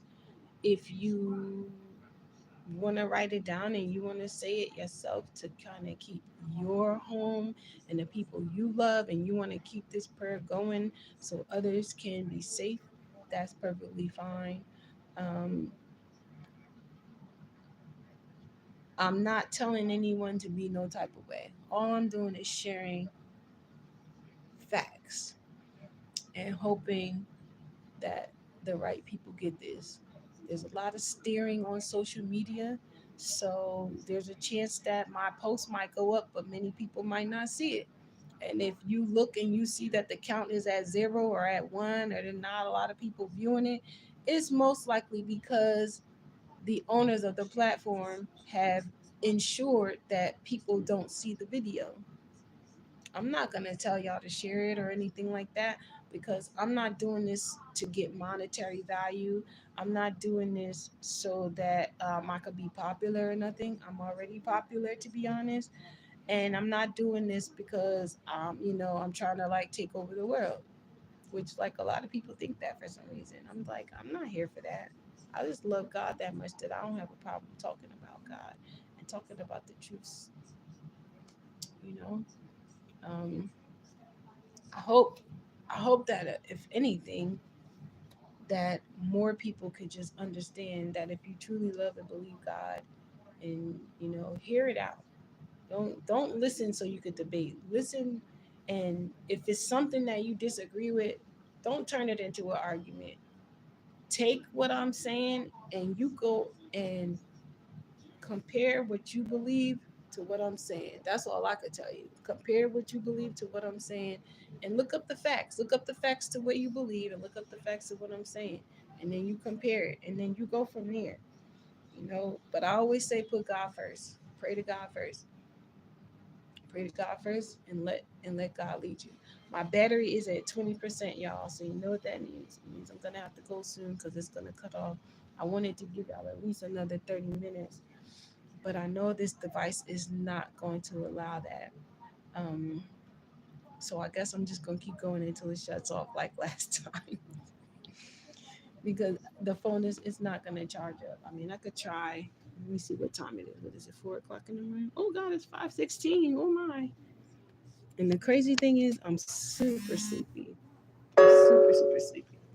But I don't want to go to sleep because I suffer from sleep apnea, and sometimes even when I'm really sleepy and I want to go to sleep, I can't. So I'm just gonna keep talking until this phone gives out, until it gives way. Oh, oh, oh. Oh, excuse me. Pardon me. I really am sleepy. But I really wanted to talk to you all because a lot of people, they just don't understand.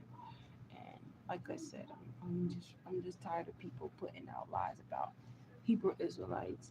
I'm tired of people doing that because it's unfair to people who is unfair to someone like me who I really live for God. I'm like, yo, here I am living for God, and you're speaking blasphemies about us, you're saying the wrong things, and you're nitpicking, and I'm just like, none of these people that are nitpicking have the power of the Most High God, but yet they want to enforce things that I'm just like, if you're not the Messiah, if you're not the Most High God, I don't even know why you're trying to enforce anything on me because you don't have the power, and I'm not going to worship mankind. You can't have two gods. You can't serve man and mammoth. Hi, Bharat Sarjo. And so you can't serve man and mammoth. You can't serve two gods. I serve the Most High God, and then that's it. Everyone else, if you're telling me something and you're trying to order me to do this and order me to do that, I'm just like, whatever. You're not the Most High God. And even in marriage, that's why you can't serve man and mammon. You can't serve the Most High God. You can't serve a human being and God. That's why even in marriage, once a woman gets married, she has to listen to her husband. She could pray to God, when he's not around, but she still has to listen to her husband, and she just has to pray to her husband and really ordain by the Most High God that he is living the Most High God's way as well. So,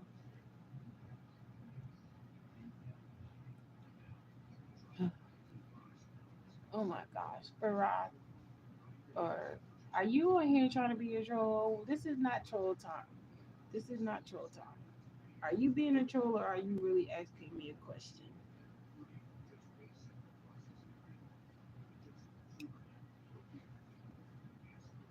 So anyway, so like I said, there's other things about Hebrew. Oh, hold up.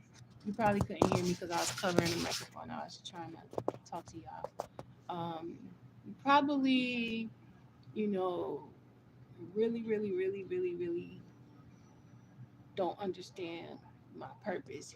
So sometimes you get people that like to play on the internet, and I don't play when it comes to the Most High God. I really don't, because if I want to, I could pray and have that person erased. Like that's how close I am to the Most High God. I could pray and have you erased like it's nothing. So I don't suggest you messing with a true Hebrew Israelite. I don't suggest you play around with a true Hebrew Israelite. It's a very dangerous game to play. But if that's the life you want to lead, be my guest. That's all I can say. I don't suggest it, but if that's the life you want to lead, be my guest. It's on you.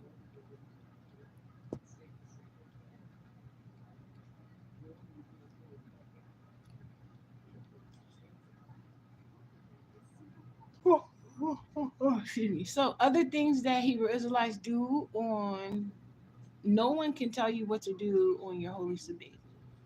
Some Hebrew Israelites, because it is a day of rest from work, Some Hebrew Israelites, they do like to actually lay down and get physical sleep, like to actually sleep. You know what I mean? And worldly people, they tend to call Hebrew Israelites lazy. Okay, bye. Love you too. Stay, blah, blah, blah, tongue twister. Stay safe and God bless. Um, some people actually, they like to get rest. They actually like to lay down and get sleep. And worldly people like to call Hebrew Israelites lazy when they choose to get rest. But no one can judge what a Hebrew Israelite does on their holy Sabbath, because that is between them and God. You know, married couples, some of them restrain from intimacy, but they're not required to, because when in marriage, everything a husband and wife do with one another, he to she, they are allowed to do to one another, and that is the purpose of their marriage. So some Hebrew couples that are married, they may engage in intimacy during the Holy Sabbath, and some of them restrain from it. But it's up to them. It's that they have their own discretion. No one can tell you how to keep your Holy Sabbath, whether you want to sleep on it. The only thing that God requires is that you remember the Holy Sabbath to keep it holy. Remember it, and preferably that you do not do any work unless it is helping others. Because, see, in the New Testament, the Messiah was helping people on the Sabbath, and the Pharisees got mad like, how is it this Hebrew calling himself a Hebrew, but he's not resting on Sabbath? He's around here healing people and stuff. They were mad because the Messiah was not tentatively taking a rest. And so they basically was trying to call the Messiah a fraud. Like, you're not really no Hebrew Israelite. You don't really serve God because you're supposed to be resting on this day. But really, the Messiah clarified, like, would I be serving God if I saw somebody in need of help and left them in need of help? So we can do certain things on the Holy Sabbath. Preferably, God doesn't really want us to do any work where we're serving people. But most jobs nowadays require you to serve people. Like, you got to work in the medical field. That's serving someone, helping people. You might be a psychologist or a psychiatrist, or you may be a hairstylist. That's considered medical work. It could be anything. You may be a police officer or law enforcement or military. You might work for FEMA. You know what I'm saying? You might be in a field that requires you to actually help other people. So those things are pardoned. That's the reason the Messiah was able to come down for us, because there were things that were still being considered good. And in these last days, they will be considered good. So guess what? No one can judge you on your holy Sabbath. But traditionally, no work was done, no work whatsoever. But the Messiah came in the flesh, and it kind of altered it. So if you are in a situation where you have to work, you just pray. You know what I mean? You use that time and pray. And what I always tell people is, what you could do is, if you feel guilty, or you just kind of feel wrong that you did some type of work, if you have a day off during the week, like, if your job gives you a day off during the week, use that as your sabbath. You know what I mean? Use that as your day to recuperate yourself. And now, again, I'm not trying to recreate a rule, but I'm just saying, a day of rest. 6 days you work, and on the seventh day you should rest. So if you can't keep the holy sabbath the way you want to, no one can tell you how to keep your sabbath. No one. So that is a way that you can still serve the Most High God. And that is how you can overcome evil, because they won't be able to even know what you're doing. And by law, they have to give you at least one day off from work.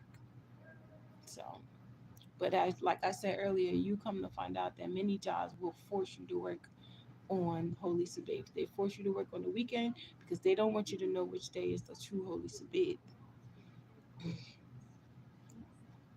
And they made a big deal. The Pharisees made a big deal about that. And so now, Another thing is if people see you sleeping on sabbath, they try to call you lazy. Some people like to fast from food, from sex, from music, television, electronic devices. I mean, I remember sometimes where I would do that. Sometimes I will disconnect from the internet. I won't answer my phone. I won't call people. If I'm fasting and I'm spending my time with the Most High God, I'm totally dedicated to the Most High God. I don't care what people think. Oh, she's acting brand new. No, I'm not. I'm spending time with God. You're speaking blasphemies against me. I don't care. Sometimes it is perfectly fine to disconnect from everything. Turn off your phone, read your scriptures, or just pray, ask God for healing.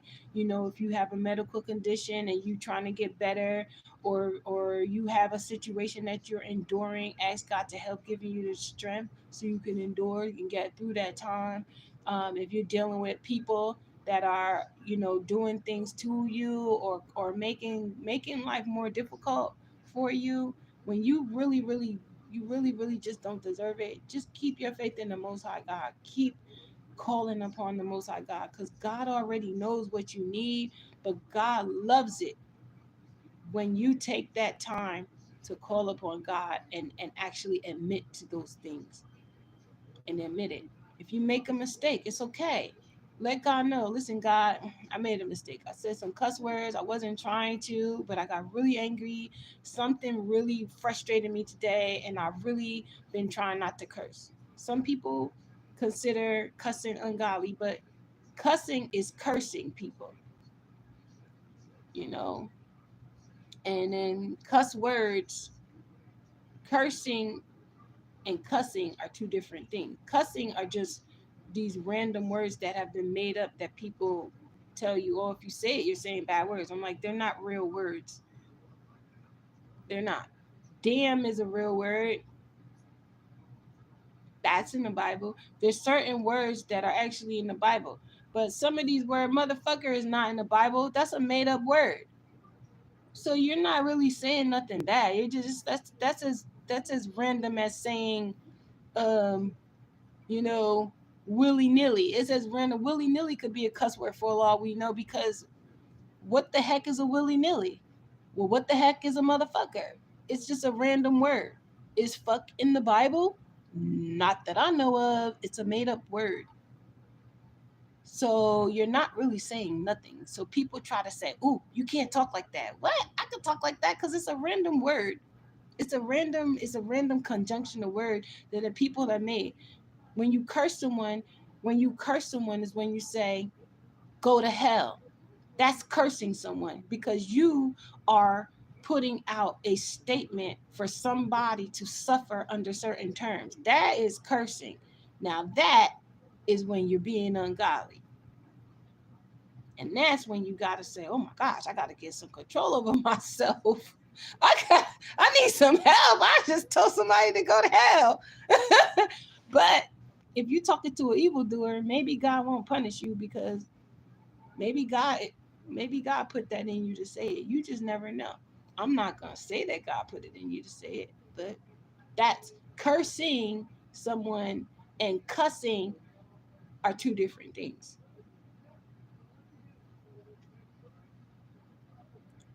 Shit is not even a word. In the Bible, the word is used as dung. Shit, I don't even know what shit is. But we say it because we were taught that it's a cuss word. We be like, man, I don't like this shit. Well, really, if we were saying a cuss word, but it's in the Bible, so we would be like, I don't like this dung. So there's a lot of misconceptions of this world that we live in, and a lot of us are being forced to believe that what we're doing is bad. And it's like some of this stuff is so fictitious that we don't perceive it correctly. We don't take it correctly, and then we're using it wrong, and we're perceiving it wrong, and then we're teaching our children and our children's children, and now we're blind leading the blind. We're all telling lies, and we're all mixing each other up to the point where nobody knows the truth anymore. So we have to start studying. We have to start understanding what we're doing, what we're saying, and stuff like that. So we are doing right. But if you spend time praying to God every day, when you wake up, thank God. You know, if you have a pain or if you have something you're going through or if something wonderful happens to you, it doesn't have to be the most wonderful thing. It could be something slightly wonderful. You know, just thank God. I don't know why this room just smells like a dumpster. It smells like a dumpster. Maybe because the window is open. Maybe the window is bringing in the smell of a dumpster, but it smells like an outside dumpster. I don't know why, but it does. Horrible. It smells like a garbage can somewhere. I just don't want that smell to get in my clothes. I'm such a germaphobe. I do, but I could just smell it. I don't know where it's coming from, but it's in the air and it like it's random. Ugh, it's really random, and I don't get it. I don't get it. Why that smell keeps coming in here. Let me see. I'm gonna give y'all like 20 more minutes. Let me see what time it is. Yeah, I'm gonna give y'all like 20 more minutes and then I'm done. Cause I can't do any more because I'm super sleepy. But I just want a lot of people to understand, that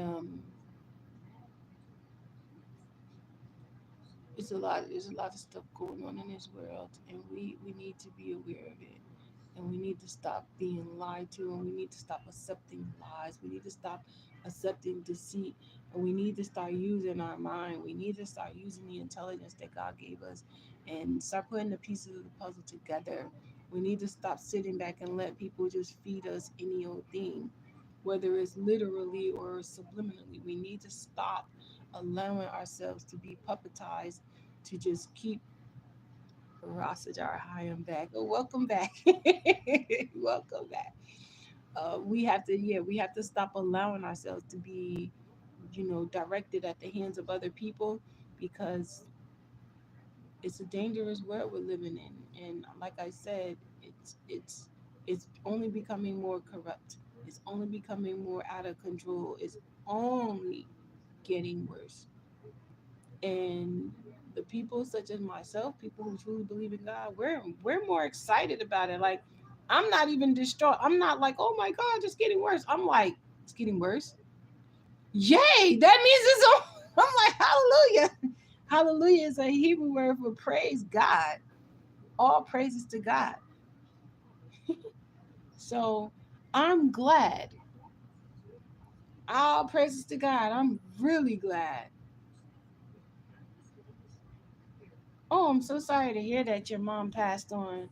You know, let me tell you something. Don't be mad at God because sometimes God takes some of his best people to watch over. Maybe you could be targeted by evildoers, and maybe God decided to take your mom to help protect you because maybe it would be more safe for her to be watching over you than for you to be on this earth being, you being targeted and her being targeted. That's why I was saying earlier for y'all, don't be afraid of death. I'm not saying go out and kill yourself because you might not make it into the kingdom of heaven. Don't take your life. Your life is a gift from God, whether you know it or not. Your life is a gift from God. It's a gift. And with it, you are to do good things with it, you know? So try your best. Keep your faith in God. Let this be a reason for you to grow closer to God. And I'm so sorry to hear about you losing your mom. I know what that feels like. So don't use that as a time to be mad with God. Use that as a time to grow closer to God and to call upon God more and more every day because you're going to need God more now than ever. And I promise you that. Um, I appreciate all of you that are watching right now. I do appreciate you. I may not know your names, I may not know your faces, I may not know what you're going through, I may not know you at all in person, but the fact that you're taking time to listen to what I'm saying, I appreciate you being here, and I hope that I hope that what I'm saying is bringing you closer to God, not necessarily me. I mean, if you feel close to me, that's good. But I hope that more than anything, it's bringing you closer to the Most High God and helping you to see for yourself, the action that you can take to save yourself in these times. You know, cameras and weapons, they can only help you but so much. You know, you need God. You need God. Trust me and believe me. Some people are like, oh, I'm safe. I got a security camera. Oh, I'm safe. I got a gun. Oh, I'm safe. I know how to fight. You need God. You need God. Trust me. Trust and believe me. All of that stuff is fine and dandy, but you need God. Trust and believe me. Because you can have all of that. And trust me, if an evildoer is targeting you, you don't know what angle they're gonna try to come at you at.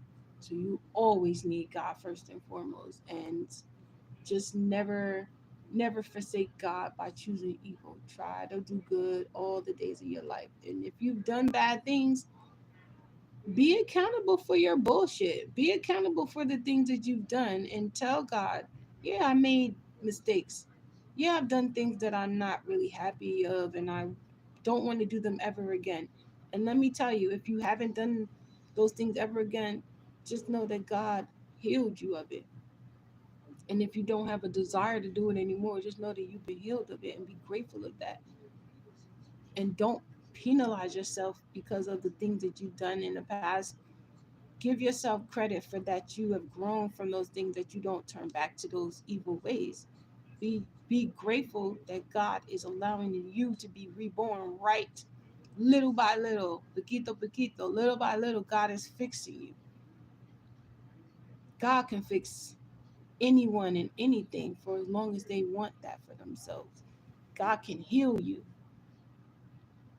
God can do all the wondrous things.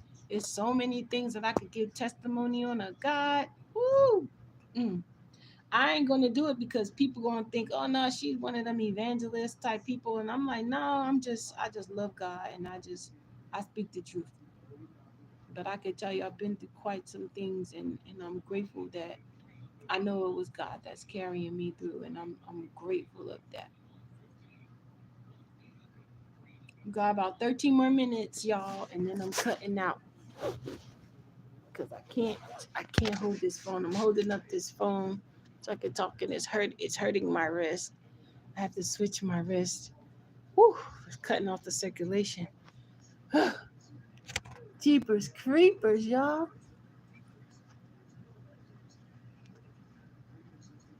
Hebrew Israelite, they don't date.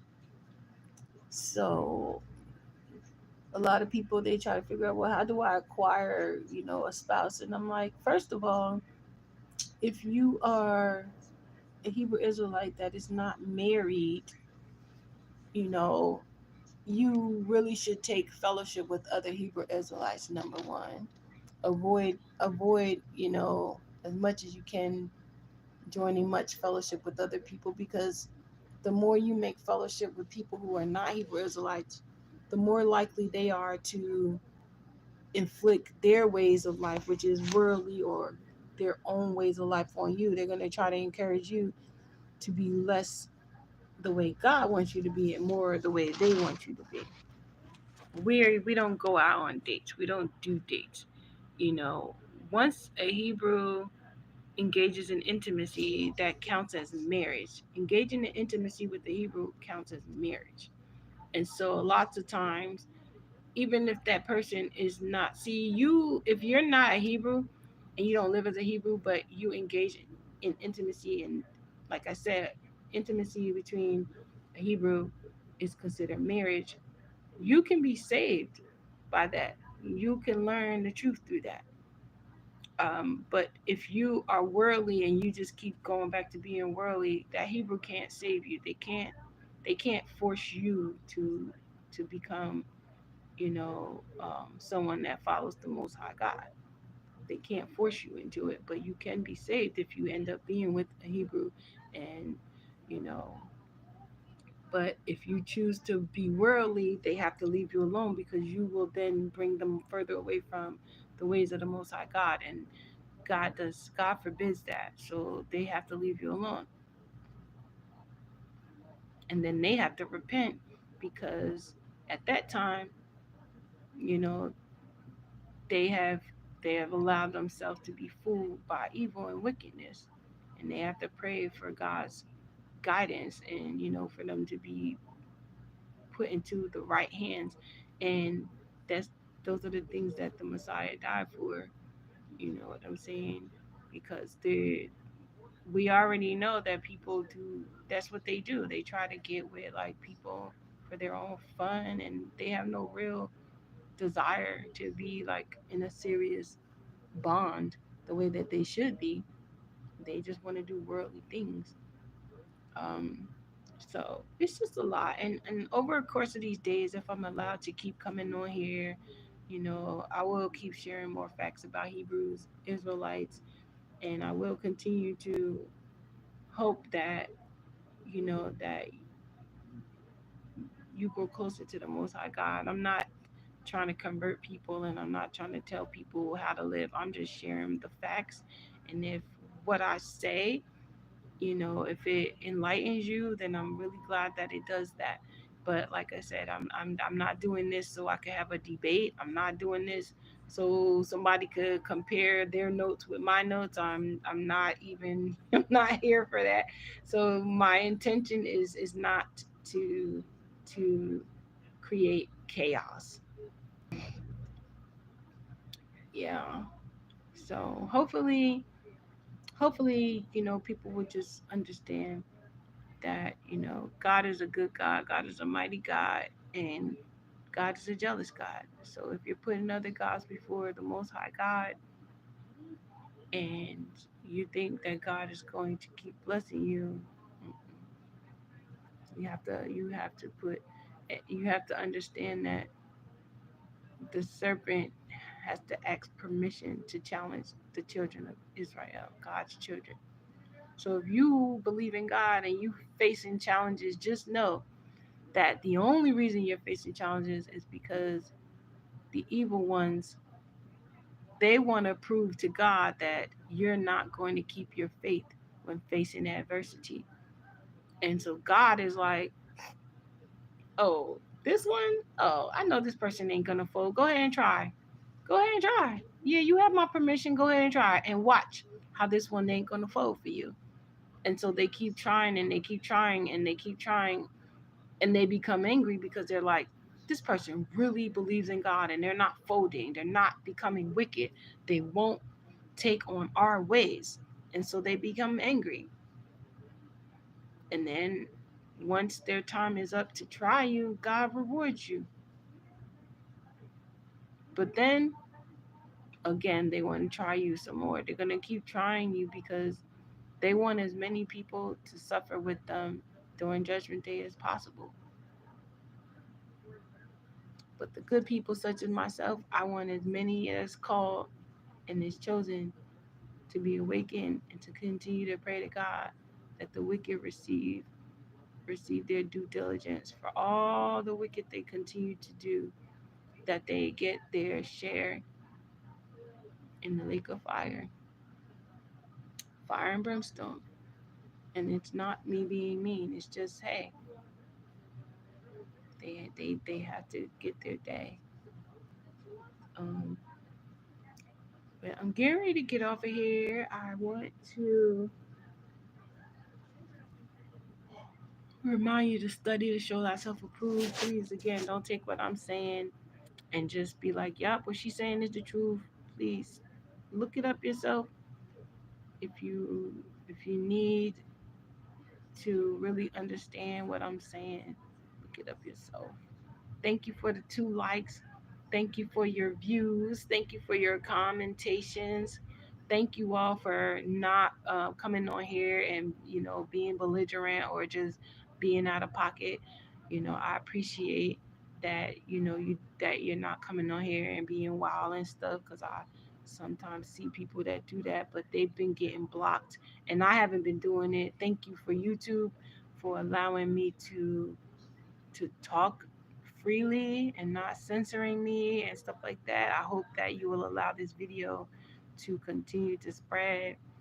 Um, Again, I'm not doing this so I could get monetary gain or anything like that. I'm just doing this because I love the Most High God, and I just want as many people that truly love God to know you're not alone out there loving God. You're not alone out there believing and having faith.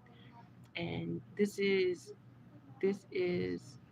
high time for us to wake out of sleep and slumber. It's time for us to really, really, really go closer to the Most High God. And knowing the scriptures precept by precept doesn't make you high and holy. And you can know every scripture in the book. That doesn't make you high and holy. What makes you high and holy is following God's 10 commandments, showing love and kindness to your neighbors, and learning how to forgive.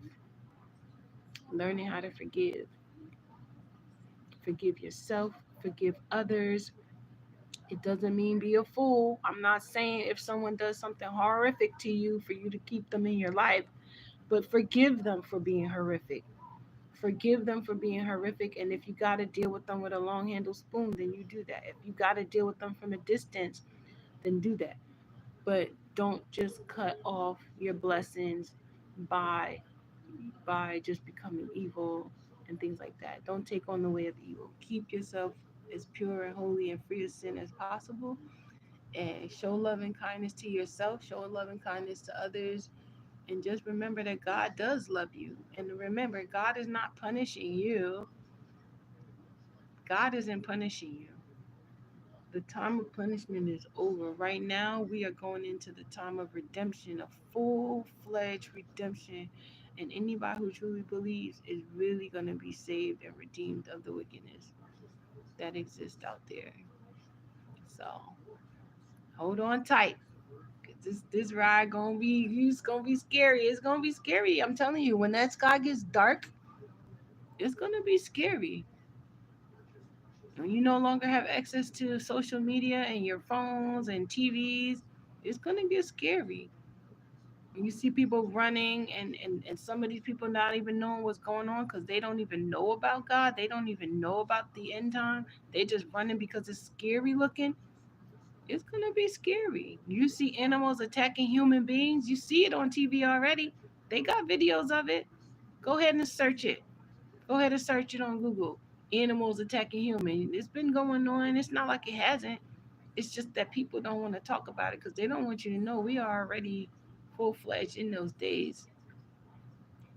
We see the poverty. We see the famine. We see the drought. We see the fires on the land. We see the wickedness of mankind. We see it all. It's all there already. None of it is a secret. None of it is something that we're going to find out one day. It's all right there. So believe in God, trust in God, and keep spreading His love and joy. And I love you all. And I hope that you're safe. And I hope that if you're going through something, that you remember to keep God first. I keep God first. Please keep God first. And don't give up. Don't give up. Keep your faith and stay strong. I'm gonna get off of here. Is I need to get a little bit of rest, and I'll be back again. I just don't know at what time. So if you have to put on a notification so that way you know it, that's fine. You don't have to do it, but just whenever you get a chance, if you want to check on the page to see if I posted something new, you'll be able to see it. But it's not mandatory. I don't want y'all following me as if I am like someone to worship. I want you following the Most High God. Don't follow me. Even the Messiah said it. Don't follow me. Follow God. And I'm definitely not the Messiah, so don't follow me. Follow God. I'm just somebody who loves God, who believes, and so I want you all to have some facts to move with, because there's so many people out there trying to pollute the truth, and that has to stop completely. It has to stop in every way, shape, form, and fashion. These people polluting the truth, it has to come to a complete stop, and that's just that. Y'all be safe. Keep God first and foremost in your life. And Just remember to show love and kindness to yourself and to those who truly love the Most High God. And celebrate every time we win another person into the kingdom of heaven, that another person takes on the full armor of the Messiah. They take on the armor of Christ. They decide, listen, I want to fight for good, not for evil. Let's celebrate that every time. Let's celebrate it every time. Every time. All right, y'all. I is out. Peace. Y'all be safe and enjoy your holy Sabbath. Give that time to God. Take your time and spend it with God. Thanks, y'all.